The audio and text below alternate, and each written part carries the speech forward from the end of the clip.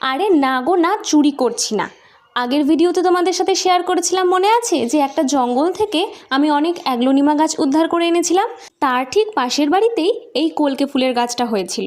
আমি একটা ডাল নেবো তা বলতেই বলে তোর যটা ইচ্ছা ডাল নিয়ে যা, কিন্তু আমি একটা ডালই নিয়ে এসেছিলাম। এর আগেও একবার এই কলকে গাছের ডাল থেকে চারা তৈরি করার চেষ্টা করেছিলাম, কিন্তু তাতে তো সাকসেস হয়নি। এবার দেখি হয় কি না।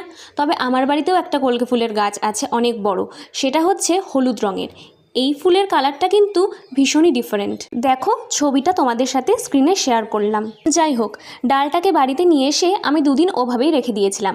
তার পরের দিন ডালটাকে সমান 4 ভাগে ভাগ করে নিলাম এবং একটা অ্যালোভেরা জেল নিয়ে ডালের নিচের অংশে লাগিয়ে মাটিতে পুঁতে দিলাম এবং ফাঙ্গিসাইড হিসেবে হলুদ গুঁড়ো নিয়ে ডালের ওপরের অংশে লাগিয়ে দিলাম।